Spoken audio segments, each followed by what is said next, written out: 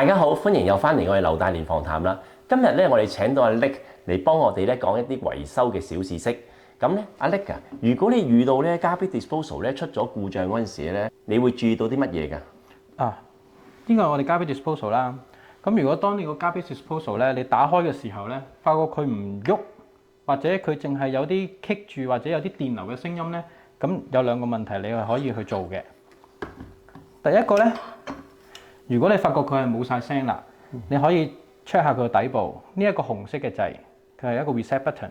咁如果你見到佢係突咗出嚟嘅話咧，你只需要將佢撳翻落去，咁然後你就試下再打開部機，通常咧佢會正常翻嘅。咁但係如果你發覺你打開咗個 garbage disposal，佢都仲係有啲棘嘅聲音，有啲電流嘅聲音咧，咁你就盡快熄咗佢啦。如果唔係咧，就會燒壞咗個 garbage disposal。咁到時咧，你就需要一個六角匙，然後咧喺佢中間呢個底部插落去。咁咧，到時你將佢喐動嘅時候咧，佢係會棘住嘅。咁你只需要咧將佢左右搖動，搖晃到咧佢可以好順暢咁樣轉動。咁就證明咧個 garbage disposal 咧係 unclog 咗㗎啦。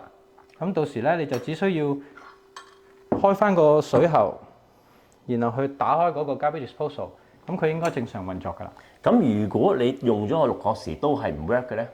咁到時咧，我覺得應該係個 garbage disposal 都已經壞咗啦。咁你就需要去尋求一啲專業嘅師傅去幫你更換。好啦，另外 Nick 啊，咁呢啲租客咧經常遇到一啲關於電力嘅問題嘅喎，例如咧廚房嘅浴室或者睡房咧，其中一間突然間冇電，又或者係某一組電插咗，完全係冇電供應，而屋嘅其他地方係完全冇問題嘅喎。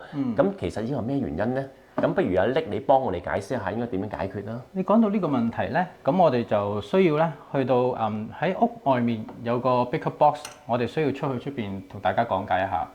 好啊，咁我哋先出去睇睇啊。好。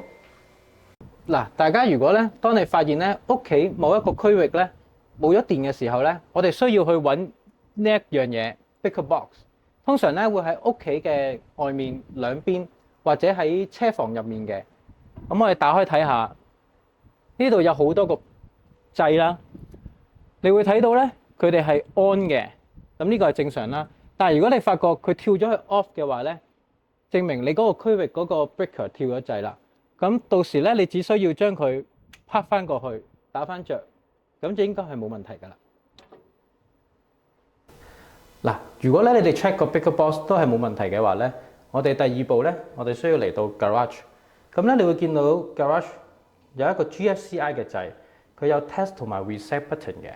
咁咧，你只需要咧撳一下 test， 然後咧佢彈咗出嚟啦。咁你撳翻個 reset， 將佢撳翻入去。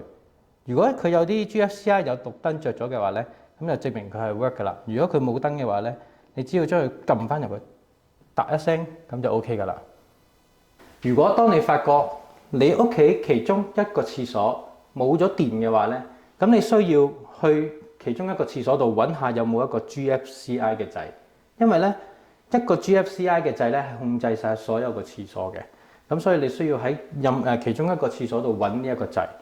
咁你只需要咧將佢又係啦，將嗰個 reset button 撳翻入去，咁佢就會 work 㗎啦。